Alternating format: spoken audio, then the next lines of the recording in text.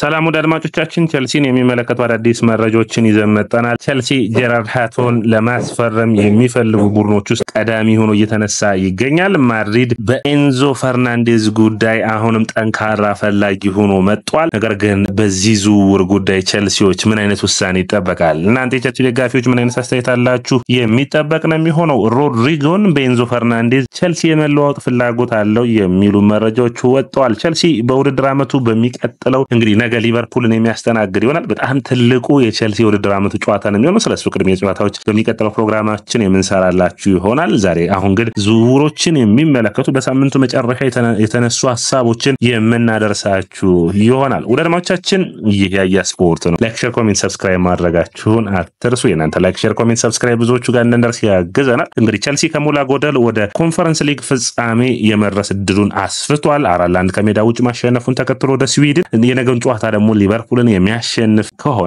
በጣም ጥሩ እድሉን ወደ አውሮፓ ቻምፒዮንስ ሊግ የመሳተፍ እድሉን የሚያሰፋ ይሆናል። ነገር ግን እነዚህ ሁሉ ሁኔታዎች በዝውውር መስኮቱ ላይ ቸልሲ የሚያደርገውን እንቅስቃሴ ተጽዕኖ የሚፈጥሩ ናቸው። የመጀመሪያው መረጃችን የሚሆነው እንግዲህ ስለዚህ ቸልሲና ኤንዞ ፈርናንዴዝን የሚመለከተው ኤንዞ ፈርናንዴዝ ከቤኔፊካ የዛሬ 2 ዓመት ከግማሽ ከመጣ ጀምሮ በቸልሲ ቡድን ውስጥ ትልቅ ተጽዕኖ ካላቸው ተጫዋቾች ውስጥ አንዱ ነው። የቸልሲ በውድ ዋጋ ካመጣቸው ተጫዋቾች ውስጥ አንዱ ነው። በሪያል ማድሪድ ቤት ደግሞ ባለፉት ዓመታቶች በጣም በጥብቅ የሚደነቁት የነበሩት የካዝሜሮ፣ የቶኒ ክሩስ እና ሉካ ሞድሪች የአማካይ መስመር አሁን አዳዲስ ተጫዋቾችን መጨመርን እያሰቡ ይገኛሉ። ከዛ ውጭ እንግዲህ እንደምታዩት ካዝሜሮ ወደ ማንቸስተር ዩናይትድ መጥቷል። ቶኒ ክሩስ ጫማ ሰቅሏል። በቅርቡ ደግሞ የሞድሪችን ፐርፎርማንስ ጥሩ አይደለም። የነቸዋሚኒ ካሚቪንጋ እና እንዲሁም ደግሞ በአማካይ መስመሩ ላይ ቤሊንጋም ጥሩ ፐርፎርማንስ ቢኖራቸውም ግን ትክክለኛ ፓስ የሚያደርግ ኳሶችን በስነ ስርዓት የሚያቃብል ተጫዋች የላቸውም በሚል እንግዲህ በተለይ የቶኒ ክሩስን ተተኪ ለመፈለግ ሪያል ማድሪዶች ወደ ዝውውር የሚወጡ ይሆናሉ። በዝውውር መስኮት የሚፈልጓቸው ደግሞ ሁለቱን አርጀንቲናውያን ነው። አንደኛው ማካሊስተር፣ ሁለተኛው ደግሞ ኤንዞ ፈርናንዴዝ ነው። ሁለቱም ተጫዋቾች ግን ጥሩ ክህሎት ያላቸው ተጫዋቾች እንደሆኑ ይታመናል። ማካሊስተር ለማስፈረም ጠንካራ ሊሆንባቸው ይችላል። እድሜውም 26 ላይ ይገኛል። ኤንዞ ፈርናንዴዝን ይፈልጋሉ። ስለዚህ ከቸልሲ ጋር ድርድሮችን ለማድረግ ይፈልጋሉ። እንግዲህ ከቸልሲ ተጫዋቾችን ማስፈረም ሪያል ማድሪድ የሚወድ አይነት ቡድን ነው የሚመስለው። ኮርቷን ከባለፉት ዓመታቶች ወስዷል። ኤዲን ሃዛርድን፣ ሩድሪገርን የወሰዷቸው አይነት ተጫዋቾች ናቸው። አርኖልድን ደግሞ ከሊቨርፑል ወስዷል። ስለዚህ በክረምቱ የዝውውር መስኮት ቸልሲ እንግዲህ ኤንዞ ፈርናንዴዝን ለመውሰድ አትሌቲኮም ሪያል ማድሪድም የሚፈልጉት ይሆናል። አትሌቲኮ እንኳን ቸልሲ እምቢ ማለት የሚችል ይመስለኛል። ነገር ግን ሪያል ማድሪድ ከመጣ ትንሽ ሊያስቸግር ይችላል። ውሳኔዎቹ የሚጠበቁ ነው የሚሆኑት። እንግዲህ በዘንድሮ ውድድር ዓመት እስከ ህዳር ወር ድረስ ኤንዞ ፈርናንዴዝ ቦታ ያልታወቀ ቦታውን ብቻ ሳይሆን ቡድኑን በመልመድና በተለይ ጥሩ ፐርፎርማንስ በማሳየት ረገድ ያለ የሚመስለው ኤንዞ ፈርናንዴዝ ባለፉት ጊዜያቶች ግን በተሻለ ብቃት እንግዲህ ከህዳር ወር በኋላ እየመጣ ይገኛል። ባለፉት 41 ጨዋታዎች የቸልሲ ማሊያ አርጎ በኤንዞ ማሬስካ 13 አሲስቶችን እና 6 ጎሎችን ማስቆጠር ችሏል። ይህ ብቻ አይደለም፣ ጥሩ ፐርፎርማንሶቹ ማሳየት ብቻ ሳይሆን ጎሎችን፣ ድሎችን መፍጠር እያስቻለ ይገኛል። አርጀንቲና ብሔራዊ ቡድን ውስጥ የዓለም ዋንጫውን የ2022ን የዓለም ዋንጫ ያነሳ፣ ከዛ ውጭ 2 የኮፓ አሜሪካ ዋንጫዎችን፣ የደቡብ አሜሪካ ዋንጫዎችን ማሸነፍ የቻለ ጥሩ ብቃት ያለው ተጫዋች ነው ኤንዞ ፈርናንዴዝ። ነገር ግን ለቸልሲ ባለፉት ጊዜያቶች ከሚጠበቀው አክል ምን ያክል አግዞታል ቸልሲ ነው የሚባለው። ኤንዞ ማሬስካ ከቅርብ ጊዜያት ወዲህ ጥሩ ፐርፎርማንሱን ያገኙ ይመስላል። ቦክስ ቱ ቦክስ ነው። ከዛ ውጭ ሳጥኑ ውስጥ ሰብሮ በመግባት ጎሎችን ማስቆጠር የሚችል ነው። በጨዋታ እስከ 12 ኪሎ ሜትር ድረስ አቨሬጅ የሚሮጥ ተጫዋች ነው። ጥሩ ፐርፎርማንስን የሚያሳይ ነው። ይህንን ክሎቱን ማሳደግ ያስፈልጋል። ከካይሴዶ ጥግ በጣም ብዙዎቹ በማሰለፍ ተጋላጭ ሲያደርጉት ይታይ ነበር። አሁን ግን የላቪያ መምጣት ተከትሎ ካይሴዶ፣ ላቪያ እና ኤንዞ ፈርናንዴዝን ማሰለፍ ወደፊት ጠጋ ብሎ ሲጫወት በጣም ጥሩ ፐርፎርማንስ ያለው ተጫዋቹ ነው ይታያል። እንግዲህ ቸልሲ በቅርቡ አንድሬ ሳንቶስን ታዳጊውን ተጫዋች ማለት ነው በስትራስቡርግ ጥሩ ፐርፎርማንስ እያሳየ የሚገኘው የሚያመጣ ከሆነ ይህንን ተጫዋች ማቆየት ወይስ መልቀቅ የሚለው ለቸልሲ እንግዲህ ጠንካራ ውሳኔዎች የሚጠበቅ ነው። ካለው ብቃት አንጻር በቸልሲ ቤት ኤንዞ ፈርናንዴዝ ገና ምርጥ ብቃቱን አውጥቶታልና በጣም የተሻለ ፐርፎርማንሱን እያሳየ ነው ብዬ አላስብም። ነገር ግን ወደዛ እየሄደ እንዳለ የሚታይ ነው። አሁንም ቸልሲ ውስጥ ምርጥ ብቃታቸውን እያሳዩ የሚገኙ ተጫዋቾች ቢባል እንግዲህ ከጥር በፊት ፓልመርን ማንሳት ይቻላል። ከጥር በኋላ እና በአጠቃላይ እስካሁን ድረስ ግን የካይሴዶን እና እንዲሁም ደግሞ ኮሬላን ያክል ምርጥ ተጫዋች በቸልሲ ቤት የለም ማለት የሚቻል ነው። ስለዚህ ከነዚህ ጋር መፎካከር የሚችል ተጫዋች መሆን ይጠበቅበታል። ቸልሲዎች ለዚህ ተጫዋች እስከ 120 ሚሊዮን ዩሮ የሚቀርብላቸው ከሆነ ወይም ደግሞ 100 ሚሊዮን ፓውንድ የሚገመተውን ሮድሪጎ ይለዋውጣሉ የሚል ሐሳቦችም ይታያሉ። እንግዲህ በሁለቱም ቡድኖች በኩል እኩል እድሜ ላይ የሚገኙ ቸልሲም ሊያተርፍበት የሚችልበት እድል ያለው ነው። ሮድሪጎን የሚያገኝ ከሆነ ሌላኛው አማራጭ ሆኖ ሊታይ የሚችል ነው።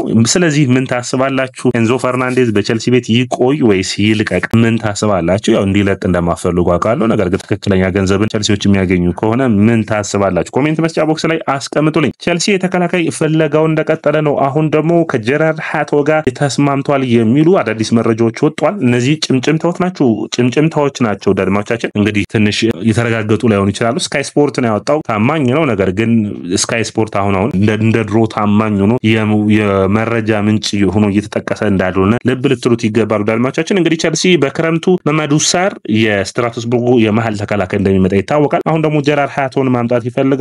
የግራ መሃል ተከላካይ፣ የግራ መስመር ተመላላሽ ሆኖ ማገልገል የሚችል ይህ የአያክስ ፈርጥ የሆነው ተጫዋች ነው። አያክስን በ17 ዓመቱ አንበሉ ነው የመራ ነው። ጥሩ ፐርፎርማንስ ያለው ተጫዋች እንደሆነ ብዙዎቹ የሚያወሩለት ነው። ጀራርድ ሃቶ በጣም ጥሩ ፐርፎርማንስ መኖሩ ብቻ ሳይሆን በዘንድሮ ውድድር ዓመት አያክስ ብሔራዊ ዲቪዥን ስኬታማ ሲሆን ከፊት ሊጠቀሱ የሚችሉ ተጫዋቾች ውስጥ አንዱ ነው። በግራ መስመር ላይ ኳሱን ፕሮግረስ የማድረግ አቅሙ፣ ኳሱን በመከላከሉ ረገድ የሚያሳየው አቅም በጣም የተሻለ ነው። ስለዚህ ይህንን ተጫዋች እንደተመራጭ ተጫዋች አድርጎ መውሰድ የሚችሉ ይመስለኛል።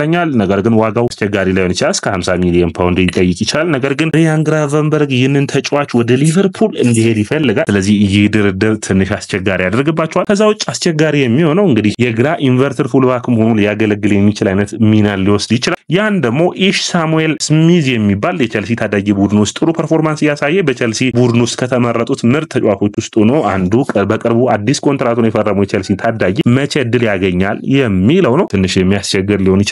ነገር ግን በማከላካይነት ማገልገል የሚችል ነው የሚሆነው። የተሻለ ፐርፎርማንሱን ልናይ የምንችል ነው የሚሆነው። ትንሽ ቁመት ብቻ ነው እንደ ችግር የማይበት በጣም ጥሩ ብቃት ያለው ተጫዋች ነው። ሌላኛው የሚሆነው እንግዲህ ቸልሲዎች ይህንን ዝውውር የምታውቁት ከሆነ ውድ አድማጮቻችን በጥሩ የዝውውር መስኮት ላይ በጣም አቅርበንላችሁ የነበረ ተጫዋች ነው እና አሁን የሱ ብቃት አስገራሚ ሆኗል። ስለ ስትራስቡርግ የውድድር ዓመቱ ከጥር በኋላ ባሳዩት ድንቅ ብቃት ሲነሳ መነሳት ከሚጠበቅባቸው ተጫዋቾች ውስጥ አንዱ ባርኮ ነው። ከሪቨር ፕሌት ቸልሲዎች ለማስፈረም በጣም ብዙ ጥረቶችን አድርገው አልተሳካም ነበር። ስለዚህ በቀጥታ የተጫዋች ብራይተንን መርጦ ወደ ብራይተን ሄደ። ከብራይተን ካመጡት በኋላ ግን ወደ ሲቪያ በውሰት ልከውት በሲቪያ ጥሩ ጊዜና ለማሳለፉን ተከትሎ ቸልሲዎች ይህንን ተጫዋች እንደገና ፍላጎታቸውን ገልጸው ወደ ስትራስቡርግ በውሰት ልከው በ10 ሚሊዮን ፓውንድ ደግሞ ቋሚ አድርገው የማስፈረም መብትን ኮንትራት ውስጥ አስፈርመውት ነበር። አሁን ግን በስትራስቡርግ በሊያም ሮዘኒ በጣም ጥሩ ብቃቱን እያሳየ ይገኛል። ሮሲኒ በጣም ከሚወዷቸው ተጫዋቾች ውስጥ አንዱ ነው። በቅርቡ አንድ የሚዲያ ፋይል ወጥቶ አይታችሁታል። በስትራስቡርግ የመልበሻ ክፍል ውስጥ በጣም ጥሩ ብቃቱን በማሳየቱ ሲያደንቁት ይታያል። ከኳስ ጋር በጣም ምቾት የሚሰማው በአማካይ መስመር ላይ የኩኩሬላ ትክክለኛው ቤንች መሆን የሚችል ተጫዋች ነው። ውድ አድማጮቻችን በስትራስቡርግ 60% ዱዋሎችን ማሸነፍ የሚችል ነው። በፓስ አኪዩሬሲው በኩል ወይም ደግሞ የተሳኩ ኳሶችን በማቃበል 80% የተሳካ ነው። 2 አሲስቶችን አድርጓል።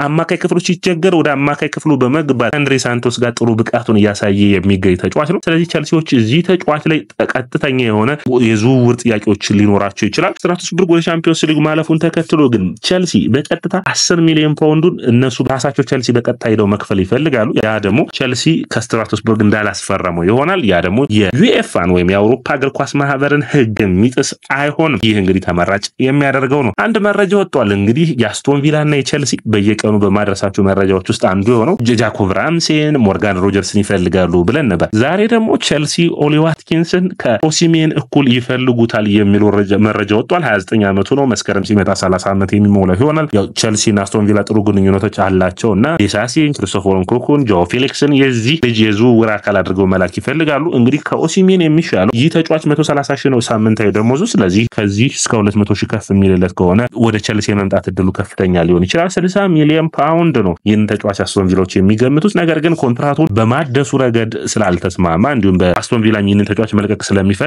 ቸልሲዎች በ40 ሚሊዮን ፓውንድ ድረስ የማስፈረም እድል ይኖራቸዋል። እንግዲህ በጥሩ አርሰናል ይህንን ተጫዋች ለማስፈረም ሞክሮ ከ40 ሚሊዮን ፓውንድ በላይ ማቅረብ ግን አልፈለገም ነበር። ይህንን ተከትሎ እንግዲህ በ26 ዓመቱ የሚገኘውን ኦሲሜንን ማስፈረም ለቸልሲ በጣም ጥሩ ሊሆን ይችላል። ነገር ግን ኦሲሜን የሚፈልገው 250 ሺህ የተጣራ ነው። ኦልሞስት ግሮስ ውስጥ ወይም በአጠቃላይ ከታክስ በኋላ ካያችሁ 250 ሺህ ነው የሚፈልገው። ከታክሱን ጨምሮ ግን እስከ 400 ሺህ ድረስ ሊሄድ ይችላል። ቸልሲዎች ደግሞ ይህንን ዋጋ ለመክፈል ለዚህ ተጫዋች ፍላጎት የላቸውም። ይህ አስቸጋሪ ሊያደርግባቸው የሚችለው ነው የሚሆነው። ነገር ግን በክረምቱ የዝውውር መስኮት ቸልሲ አጤ ማስፈረሙና ፍላጎቱ እየተጠበቀ ነው። ኦሊ ዋትኪንስ የተሻለ ተጫዋች ሊሆን የሚችለው በምንድን ነው ካላችሁ እንደ ባለፉት ዓመታቶች አይደሉም። አሁን እግር ኳስ ከ30 ዓመት በኋላ እስከ 33 34 ድረስ ብዙ ተጫዋቾች በከፍተኛ ደረጃ ሲጫወቱ አይተናል። ስለዚህ አንደኛ ተመራጭ ሊያደርገው የሚችልበት እድል ሊኖር ይችላል። ነገር ግን የዚህ ተጫዋች በፕሪሚየር ሊጉ ላይ መጫወቱ በፕሪሚየር ሊጉ ላይ ባለፉት ዓመታቶች እስከ 20 ጎሎችን እያስቆጠረ በተከታታይ ማካሄዱን ተከትሎ ጥሩ የሚባል አጥቂ ይሆናል ብዬ